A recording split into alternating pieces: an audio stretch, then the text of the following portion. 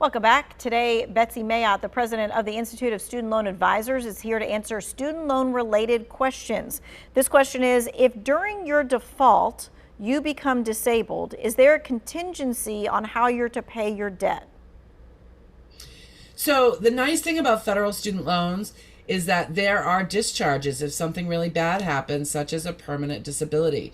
If you're unable to work due to your illness or disability and not expected to improve, you can apply for disability discharge and the whole thing gets wiped away.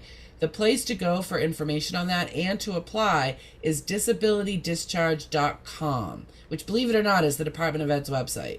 Okay, disabilitydischarge.com. All right, this next question is, can I still ask for hardship or forbearance if I can't afford my payments when they start in October? You absolutely can call the servicer and ask for what's called a discretionary forbearance if you're unable to afford the payments. But I strongly suggest that people look into the income-driven repayment plans first, because though you might end up getting some interest subsidies along the way, and it's more of a longer-term solution than forbearance is. Okay, and then this next question kind of goes with that. What happens if you don't have a job? Is there a way to adjust your payments? Yeah, so there's two options there. There is something called an unemployment deferment, which will postpone payments while you actively seek full-time work. But again, a better, maybe longer-term solution might be to look at one of the income-driven plans. If your income is low because all you're getting is unemployment benefits or maybe nothing at all, your payment's going to be zero under the income-driven plan. So that's someone I would strongly suggest would look into the SAVE plan rather than the unemployment deferment. Okay. And then this person's saying, can I still apply for the SAVE program if my federal student loans are already in deferment? The short answer is no. You can either be on a repayment plan or you can be in deferment, not both. Now, depending on what kind of deferment it is, if you would prefer to progress on the SAVE plan instead, you can ask for that deferment to be removed and then apply for the SAVE plan and get on it. That's not the case for all situations, but most deferments can be removed at the request of the borrower. Okay. What is the interest rate on student loans? Well, that depends when you took the loan out. The interest rates are set by Congress.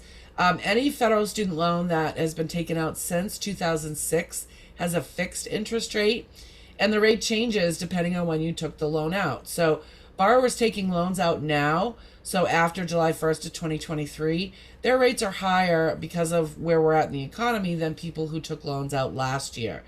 So right now, loans being taken out this year, for undergraduate Stafford loans, it's around 5%. For graduate loans, it's around 7%, and for Parent Plus, it's around 8%.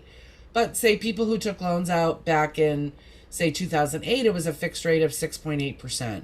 And we've seen everything in between during those years. Mm-hmm. We've got a little bit over a minute. What's the thing that you want people to come away with about knowing about student loans right now? The best favor you can do for yourself is educate yourself about your student loans.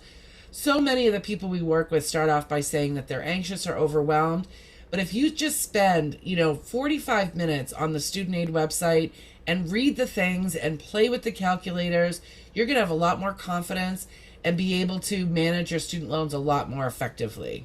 All right, and let's put up that website because that is the go-to website. You don't know who's got your loan. You don't know how much your loan is. You don't know when your payment is due. Studentaid.gov is the best resource for that. That is the Department of Education's website. It's going to let you know who has your loan and all of the other information as well.